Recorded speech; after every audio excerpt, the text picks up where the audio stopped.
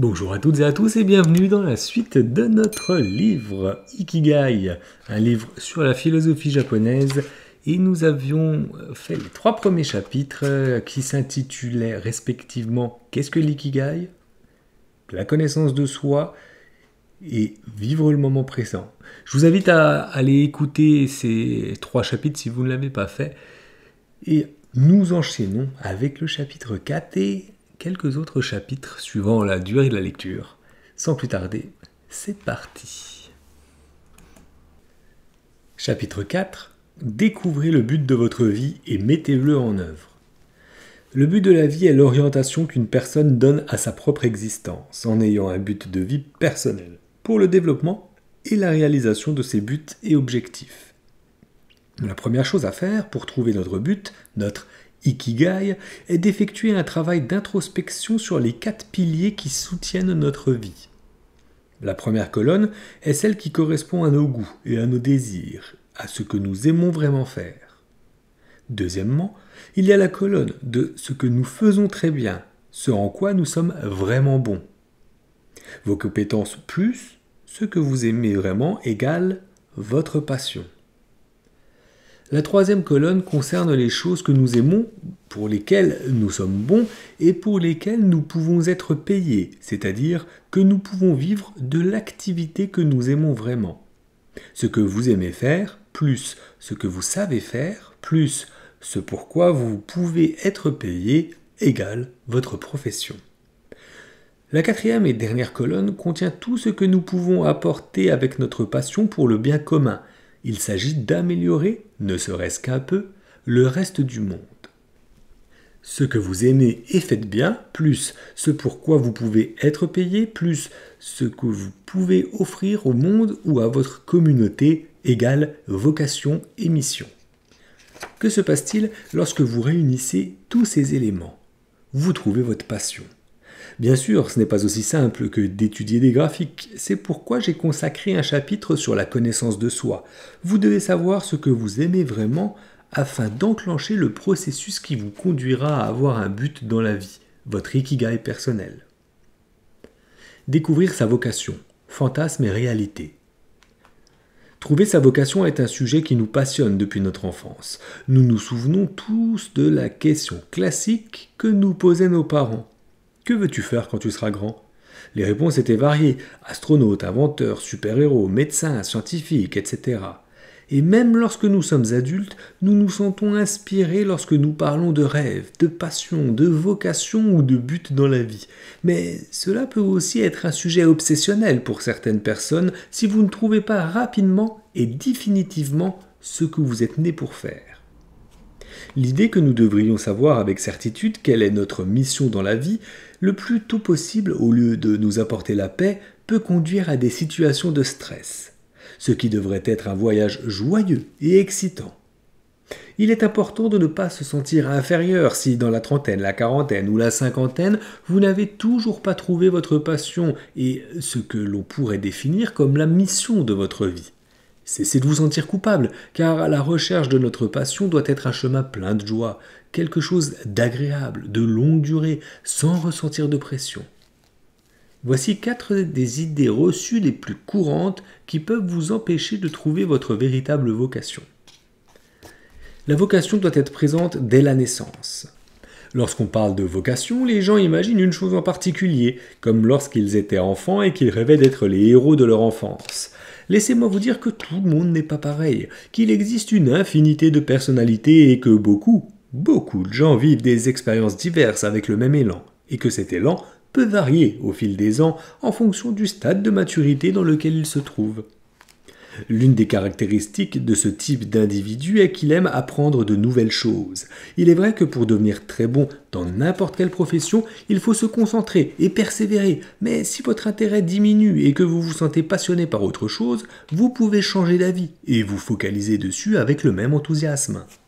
Si vous avez travaillé longtemps dans ce que vous avez étudié, c'est une voie, mais ce n'est pas la seule. Il y a des moments où nos priorités peuvent changer, après un divorce, à la suite d'une maladie ou après la perte d'un être cher. C'est à ces moments-là que nous remettons en question la manière dont nous avons mené notre vie et nous avons tout à fait le droit de changer de direction. Votre vocation doit être spectaculaire et vous rendre millionnaire. Être célèbre et millionnaire est apparemment le rêve de tout être humain, mais ce n'est pas vrai. C'est peut-être pour cela qu'il y a tant de gens qui ne mettent pas en pratique leurs meilleurs dons parce qu'ils croient qu'ils ne sont pas assez grands et qu'ils ne les rendront pas millionnaires. Cela a plus à voir avec une ambition disproportionnée et une fausse apparence qu'avec les principes de base de l'ikigai. Car la vraie passion peut être de travailler le bois, de peindre un bateau, d'être un artisan dans sa propre communauté et de contribuer à son développement. Bien sûr, il y a des gens qui brillent dans les deux sens. Par exemple, je connais un acteur célèbre qui, en plus d'avoir laissé un héritage dans la comédie, a fondé des refuges pour chats et chiens, offrant ainsi une vie meilleure aux animaux sans abri. C'est honorable. Il ne s'est pas contenté d'une seule passion. Il a travaillé sur la première, et cela lui a donné l'occasion de faire de son autre passion une réalité, aider les animaux sans abri. Datez votre vocation, le plus tôt sera le mieux. Il s'agit là d'un autre des fantasmes qui entourent la vocation et qui, en plus d'être infondé, est source d'anxiété et de stress non seulement chez les jeunes, mais aussi chez les personnes de tous âges qui souffrent de stress, car, selon cette fausse prémisse, elles ont gâché leur vie si elles ont plus de 35 ans. Je crois sincèrement que les jeunes d'une vingtaine d'années devraient expérimenter, découvrir, aimer et même souffrir, et qu'à mesure qu'ils avancent dans la vie, ils devraient prendre davantage conscience d'eux-mêmes, ce qui est essentiel pour savoir ce qu'ils veulent vraiment. N'oubliez pas que s'il y a un moment où l'on peut se tromper et recommencer, c'est mieux dans la jeunesse, car les erreurs nous coûteront plus cher à corriger, tant en temps qu'en effort émotionnel. L'inspiration vient d'abord, puis nous l'acceptons et la mettons en pratique. La plupart des gens ont toujours pensé que la première chose qui nous vient à l'esprit, même lorsque nous sommes très jeunes, est la certitude que nous aimons ce qui nous passionne et que nous devons donc étudier ce sujet en particulier et être les meilleurs dans ce domaine. Eh bien, laissez-moi vous dire que ce n'est pas comme ça. Il n'est pas si facile de découvrir la vocation au premier coup d'œil. Regardez cet exemple. Quand Pablo était enfant, il aimait les voitures de pompiers et à un moment donné de son enfance, il a décidé qu'il voulait devenir pompier. À l'adolescence, il a profité du cours de formation professionnelle à l'école et s'est rendu à la caserne de pompiers locale où se trouvait un jeune pompier dont une partie du visage était couverte de cicatrices à la suite d'un incident lors de l'extinction d'un incendie. À partir de ce jour, Pablo a remis en question son goût pour le métier de pompier et, bien qu'il s'agisse d'une profession louable, il a fini par décider qu'il ne voulait pas être près des flammes d'un incendie car cela le terrifiait. Cette peur ne doit pas être un motif de honte, il y a simplement des gens qui sont nés pour affronter le danger et d'autres non. La meilleure façon de savoir si nous avons ce qu'il faut est de faire une sorte de stage pour la profession ou le métier. Si vous pensez que vous aimez les chiens, travaillez à temps partiel pour vous occuper d'eux dans un refuge, offrez vos services pour les promener et vous vous rendrez compte, et si vous pouvez, vraiment, faire cela pendant longtemps. Et si vous aimez vraiment cela. L'inspiration vient lorsque vous êtes en action, lorsque vous faites ce que vous faites et qu'un déclic se produit dans votre tête et que vous vous dites « c'est ce que je suis né pour faire ». Mais comme le disent de nombreux écrivains, la muse doit vous trouver au travail. Il peut être frustrant de penser et de réfléchir de manière obsessionnelle à ce qu'est votre don ultime et c'est pourquoi j'écris ce livre. Vous devez savoir que l'ikigai consiste à réaliser ce que vous aimez vraiment en parfaite cohérence avec votre moi intérieur, avec votre connaissance de soi et en partie avec votre maturité. En d'autres termes, ce ne sont pas vos pensées et votre imagination qui vous apporteront votre ikigai, mais l'action et l'engagement envers vous-même. De nombreuses personnes ont trouvé leur vocation lorsqu'elles ont exercé pendant un certain temps un métier ou un travail particulier qui les oblige à mettre leur esprit et leur inspiration en action, soit pour résoudre des problèmes, soit pour améliorer ce qu'elles font. C'est par une pratique continue qu'elles assimilent la vérité et la réalité de ce qu'elles font et qu'elles peuvent discerner si leurs propres attentes correspondent à ce dont elles rêvaient ou si la réalité diffère de ce qu'elles avaient à l'esprit. Chapitre 5. Connaître ses points forts, ce en quoi on est vraiment doué. Vous avez plus de valeur que vous ne le pensez. La connaissance de soi et de son ikigai permet notamment de devenir plus fort et plus sûr de soi. L'un des avantages de cette philosophie japonaise est qu'elle nous permet de voir dans notre vraie dimension, de découvrir des capacités dormantes et de devenir confiants, de mieux nous adapter aux changements, de mieux faire face aux défis de la vie, de prendre des décisions basées sur des faits et non des fantasmes, bref, d'atteindre notre plein potentiel humain. Avantage de la connaissance de notre véritable potentiel humain. Nous nous connaissons plus intimement. La connaissance de soi est la clé pour savoir ce que nous voulons, quels sont nos rêves les plus profonds. C'est un processus de réflexion dans lequel nous devenons plus conscients de nous-mêmes et c'est la clé qui ouvre la porte à la réalisation de soi, nous permettant de connaître une variété de vertus et de défauts dont nous ne sommes peut-être pas conscients. Le plus important est qu'en nous connaissant mieux, nous nous acceptons tels que nous sommes et notre confiance en nous augmente positivement. Notre estime de soi augmente. Notre base psychologique repose sur l'estime de soi. Se percevoir et s'estimer de manière positive et réaliste nous aide à créer et à profiter des opportunités qui se présentent à nous au quotidien. En outre, les personnes ayant une bonne estime d'elles-mêmes ont la capacité de réaliser plus facilement la 4e étape de l'ikigai, influencer positivement leur environnement, être conscient de ce qui se passe autour d'elles, prendre soin de leur environnement. Sur le plan personnel, une bonne estime de soi conduit à un sentiment d'autosatisfaction qui procure un plus grand bonheur, un état agréable que l'on peut contrôler car il est basé sur les bonnes choses que l'on pense de soi, ce qui assure un plus grand degré de tranquillité et de joie. Nous pensons avec plus de précision et de clarté. L'attention et la concentration sont peut-être la meilleure arme dont dispose l'esprit humain pour atteindre ses objectifs et réaliser ses rêves. Rappelez-vous que vous n'allez pas seulement découvrir ce que vous aimez le plus dans la vie, vous devez le réaliser. C'est pourquoi je consacre un chapitre à cette étape importante de ce chemin, chapitre 6, où je vous donnerai les lignes directrices pour vous garder concentré sur la mise en pratique de ce qui est dans votre imagination. La prise de décision n'est plus un problème. Lorsque nous nous connaissons mieux, nous faisons davantage confiance à notre propre jugement, ce qui nous permet de prendre des décisions avec plus d'assurance en tenant compte de toutes les possibilités et pas seulement de nos propres intérêts, mais en nous basant sur le bien équitable des parties. Nous nous adaptons plus facilement au changement. Le changement, la nouveauté suscite toujours un peu de peur. Après tout, nous allons vers l'inconnu. La philosophie de l'ikigai nous apprend à regarder en nous-mêmes, à reconnaître nos faiblesses et à faire face avec acceptation aux éventualités qui se présenteront à nous. Changer nos paradigmes. Les personnes qui travaillent sur leur développement personnel de l'intérieur peuvent identifier les pièges cognitifs et émotionnels qui entravent leur développement personnel, les affronter et remplacer ces fausses croyances par de nouvelles plus conformes à leur nouvelle personnalité, plus confiantes et plus sûres d'elles. Nous profitons de la vie à sa juste mesure en nous concentrant sur le présent. J'ai déjà consacré un chapitre à la vie dans le moment présent, mais cette étape est très importante pour réaliser les précédentes. Si vous ne parvenez pas à vivre dans l'ici et le maintenant, à l'apprécier et à en être conscient, vous n'atteindrez pas votre ikigai. Ce n'est pas facile, après tout, le passé fait aussi partie de notre identité. Nous ne luttons donc pas contre les souvenirs et les attentes, nous sommes simplement conscients de ces pensées et nous ramenons immédiatement l'esprit au moment présent. Nous nous concentrons sur ce que nous sommes en train de faire et nous pouvons ainsi construire une base solide pour un avenir de rêve. L'avantage de découvrir que vous possédez ces forces est que vous commencez à vous comporter avec sérénité dans les moments de calme comme dans les moments d'adversité. Les choses arrivent souvent de manière imprévisible, quelque chose de négatif qui nous met à l'épreuve, la perte d'un emploi, une rupture bien sûr, cela nous blesse et nous effraie, cela nous paralyse, mais lorsque nous faisons appel à nos ressources, nous nous retrouvons soudain en train de surmonter et même d'oublier une expérience dramatique. Vous réalisez alors que vous avez en vous de merveilleux outils et que, grâce à la connaissance de votre ikigai et de tout ce que cette magnifique philosophie implique, vous avez appris à gérer vos émotions, à faire face à la douleur, à opter pour la joie et à vous motiver pour aller de l'avant.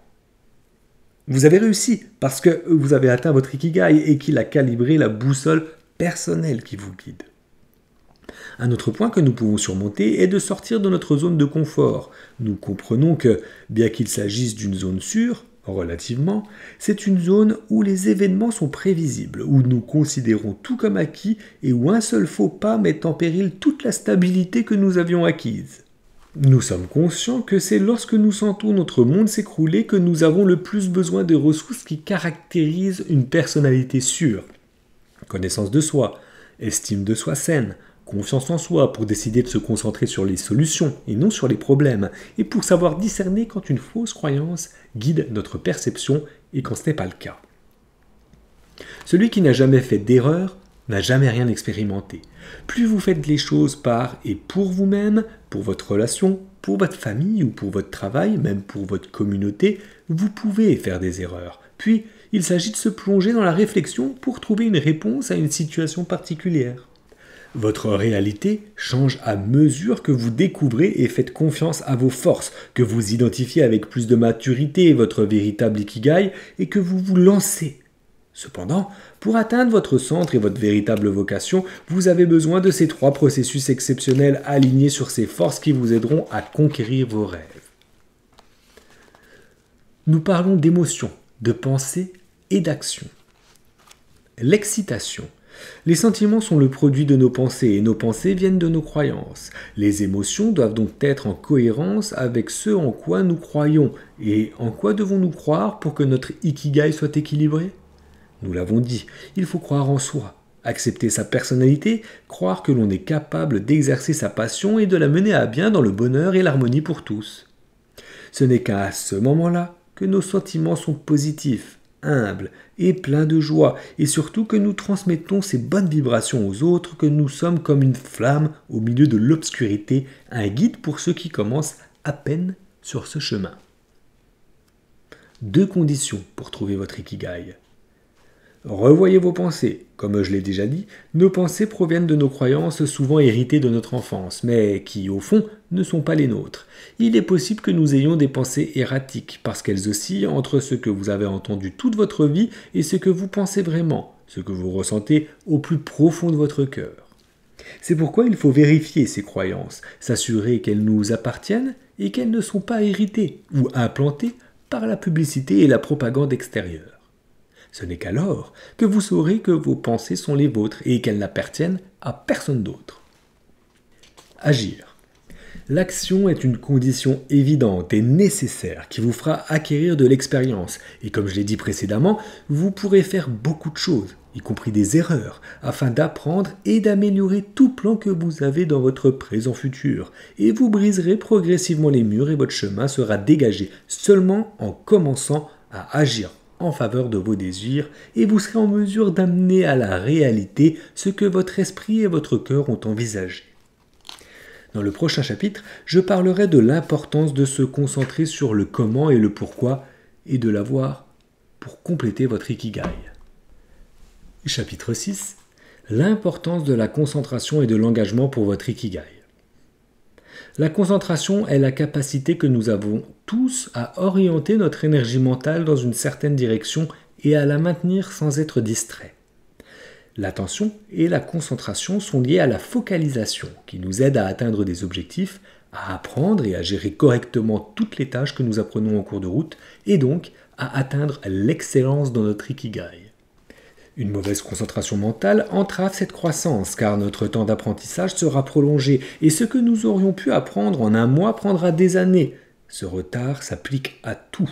Le manque de concentration fera de nous des conjoints négligents, des travailleurs instables et bien sûr des étudiants médiocres.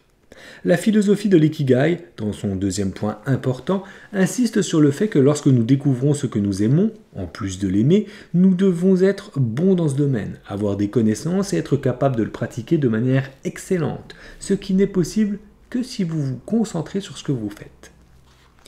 Caractéristique d'une bonne concentration mentale. Vous êtes dans le présent.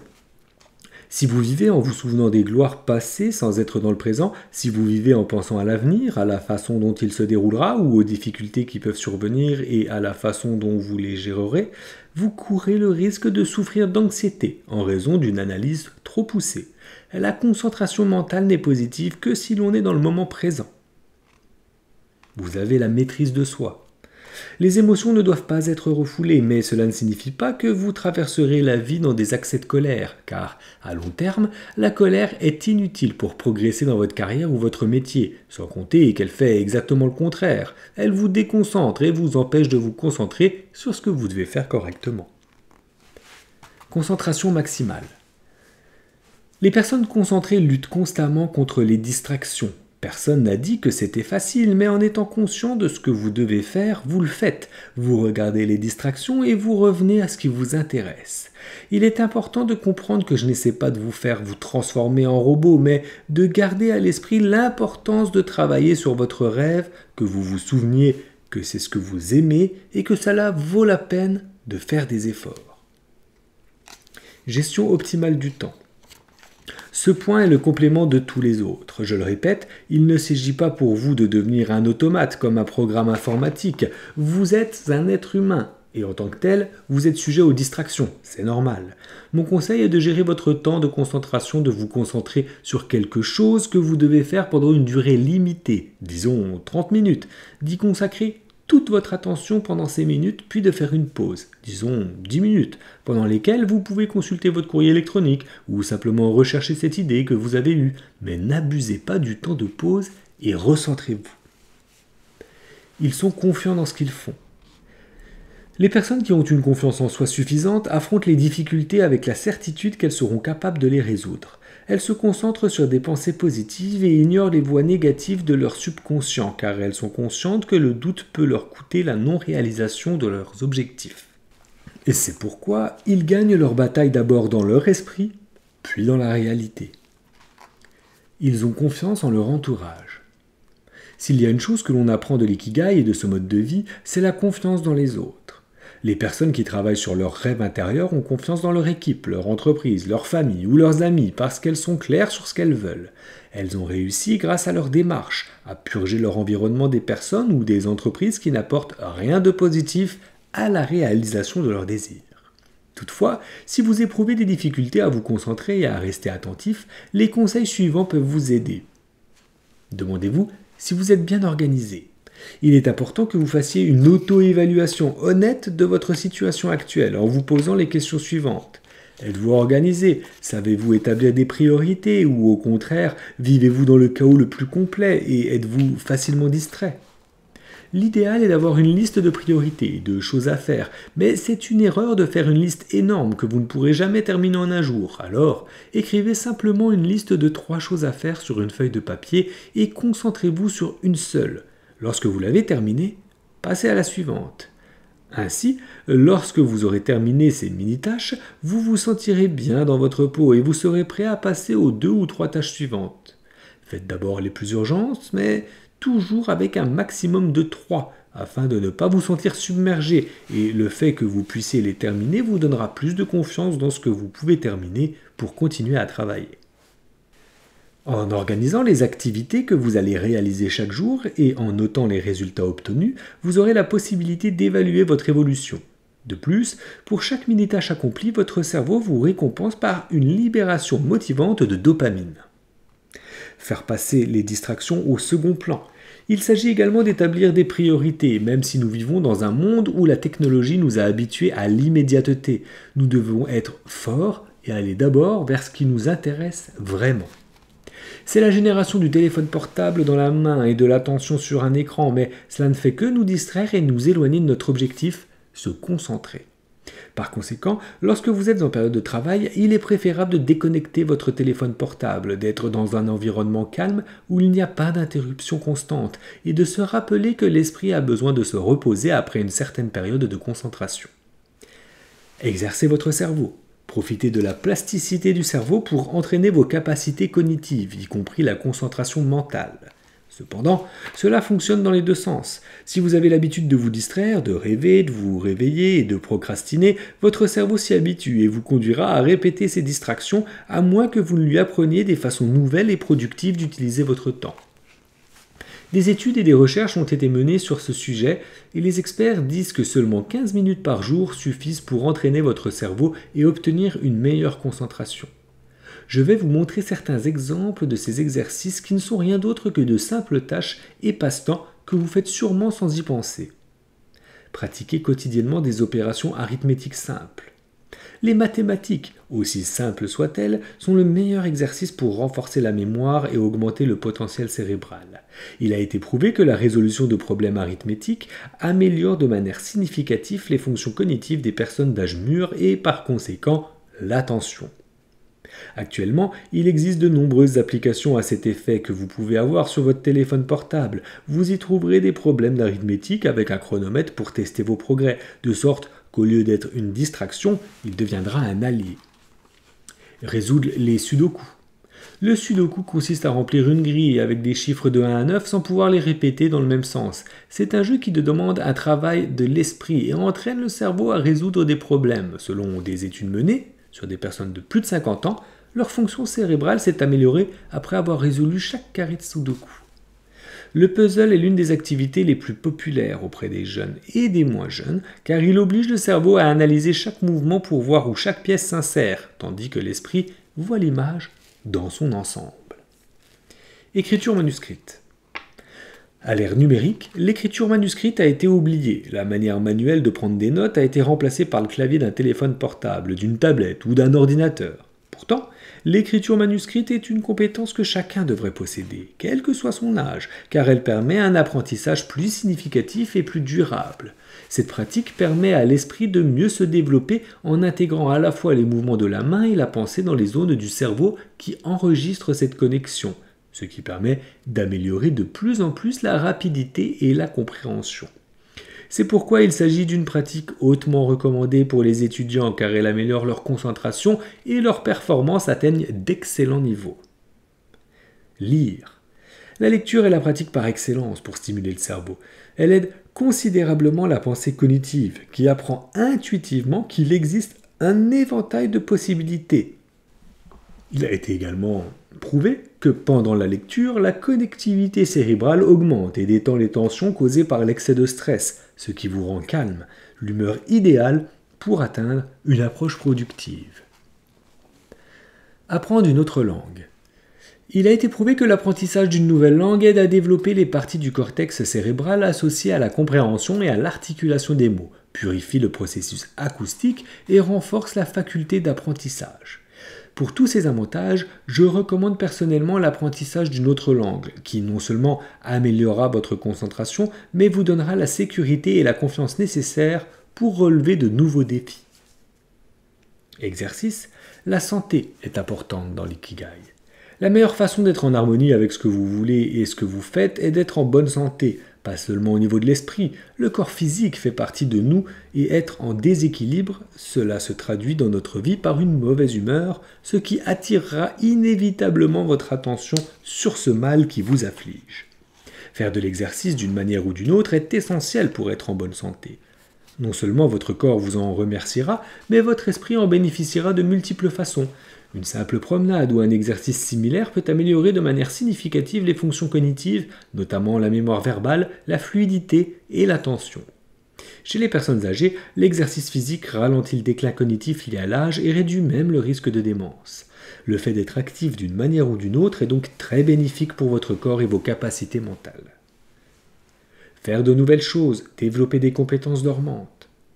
L'expansion des neurones du cerveau ne se fait pas seulement par l'apprentissage d'une langue. Toute nouvelle compétence que vous avez à développer vous aidera à activer le raisonnement logique et fera de l'apprentissage une découverte continue qui stimulera votre intellect, donc votre intelligence augmentera. Dans le chapitre 9, je vous parlerai de profiter des petites choses de la vie, de rencontrer des gens et d'avoir un hobby. Tout cela pour que vous compreniez que connaître votre ikigai n'est pas suffisant si vous avez une vie incomplète. C'est la fin de notre lecture. On a fini avec ces 3 chapitres.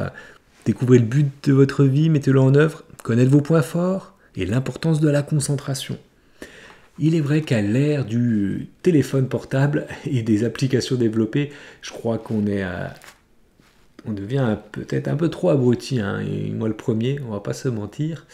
Et depuis, je pense que ça aurait été pire depuis l'invention de TikTok, par exemple, où vous scrollez et on scrolle d'une manière infinie, sans s'arrêter, et on voit qu'il y a une demi-heure qui est passée alors qu'on n'a rien fait. S'il vous plaît, supprimez ces applications. Hein. Le monde s'en portera mieux. Et éventuellement, revenir, il y a quelques semaines, je suis revenu sur ce qu'on appelle les dumb phones. Je ne sais pas si certains connaissent, mais c'est les portables où il n'y a absolument rien dessus. Alors, moi j'ai pris un portable où il y a juste l'essentiel, où j'ai WhatsApp quand même, parce que pour les discussions familiales, et les SMS, les appels, vous savez, c'est un téléphone à clavier. Il y a les mails aussi, je crois. Ouais, il y a un peu de mails, mais je les consulte vraiment le soir, du coup. Et du coup, ça me permet de lâcher un peu le téléphone dans la journée, parce que on est trop sur le téléphone finalement. Donc, reconcentrez-vous, et c'est bien parce qu'on a plusieurs petites choses à mettre en pratique sur ce dernier chapitre. Donc, n'hésitez pas à me dire comment vous réagissez, vous, et est-ce que vous allez mettre des choses en place. En tout cas, je vous dis à toutes et à tous à très vite pour la suite de notre lecture. À très vite, bonne journée, bonne soirée, belle nuit, si tel est le cas. À bientôt.